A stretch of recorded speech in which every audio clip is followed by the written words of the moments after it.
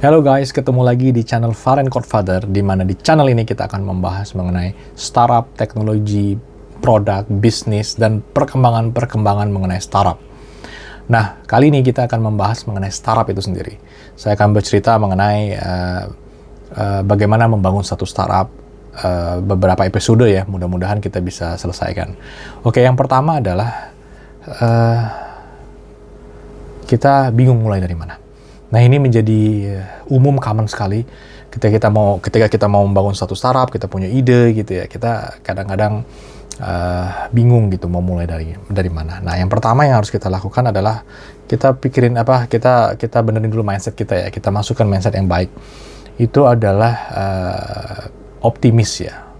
Jadi impossible, jadi sesuatu hal itu possible selama kita punya ide, bisa memikirkannya, idenya, itu selama itu juga kita bisa mengeksekusinya. It's about mindset, it's possible gitu ya. Oke, itu yang pertama. Yang kedua adalah ada satu quote yang menarik dari Benjamin Franklin bahwa experience keeps an expensive school, but fools will learn in no others. Jadi maksudnya adalah kita harus mempersiapkan diri gitu ya. Nah, educate ourselves, jangan sampai kita terlalu banyak trial and error gitu, karena kita tidak mempersiapkan diri dengan segala macam. Oke, itu apa aja ya? Ini step zero, ini disebut di dalam satu buku yang menarik ya. Ini ada buku The Startup Checklist. Ya, ini buku panduan yang menarik untuk membangun startup dengan step by step yang clear. Ada 25 step gitu ya. Nah, step zero disebut oleh David S. Rosen dalam bukunya, disebut kalau kita mau memulai suatu startup, persiapkan diri kita dengan ilmu yang berhubungan dengan entrepreneurship. Pasti itu kita harus siapin dulu ya, bahwa ini akan kita berhadapan dengan apa saja. Kita harus ready gitu ya. Entrepreneurship. Kemudian, dan yang pasti adalah area yang mau kita solve gitu ya, atau kita membuat sesuatu, misalnya di area apa? Misalnya area financial gitu, kita mau membangun fintech ya, jadi kita harus belajar gitu mengenai fintech itu sendiri.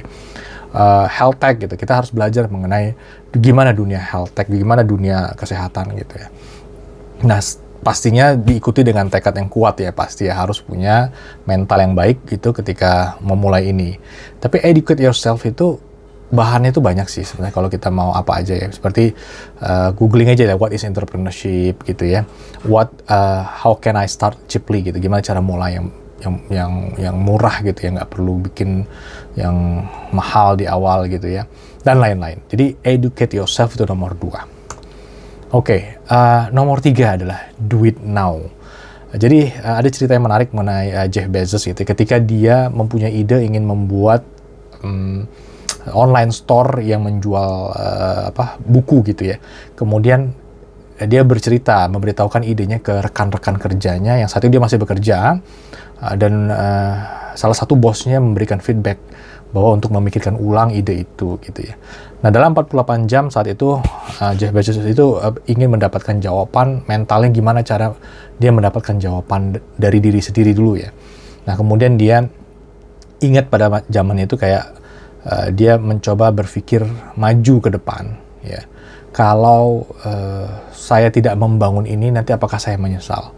Nah, makanya keluarlah satu framework yang menarik dari Jeff Bezos, adalah regret minimization framework, di mana konsepnya framework ini adalah kita memproyeksikan diri kita maju ke depan, ke masa depan, dan membayangkan kalau ide yang kita lakukan, kita eksekusi dengan baik dan benar.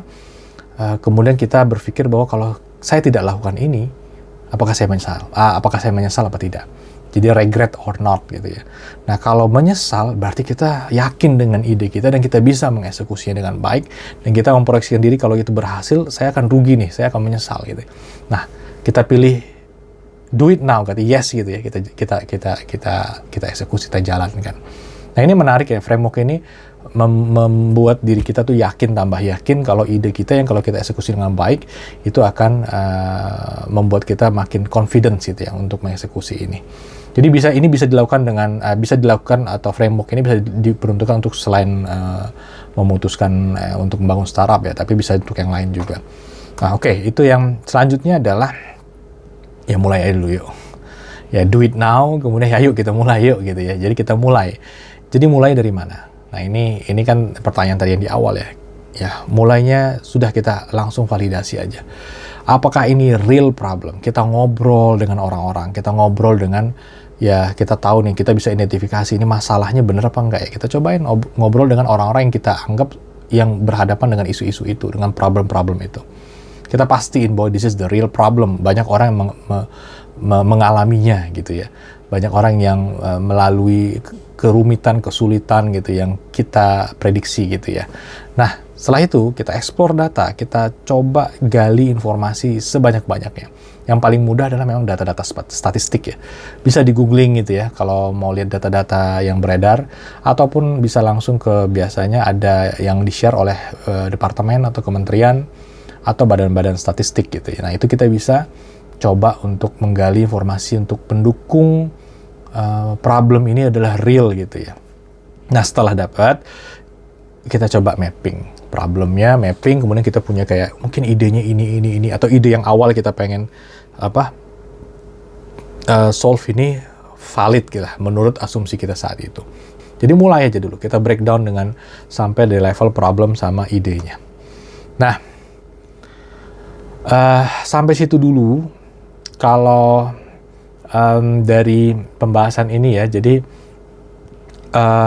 mulai aja dulu ya. Jadi kita dalam memulai sesuatu ya memang harus pede gitu ya, dan kemudian nggak usah bingung, siapkan diri, kemudian memvalidasi, breakdown, ya jangan sampai kita menyesal kemudian ya. Nah, itu kata kuncinya ya.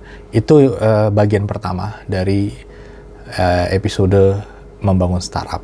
Sampai ketemu di episode berikutnya. Jangan lupa di subscribe, like, dan komen.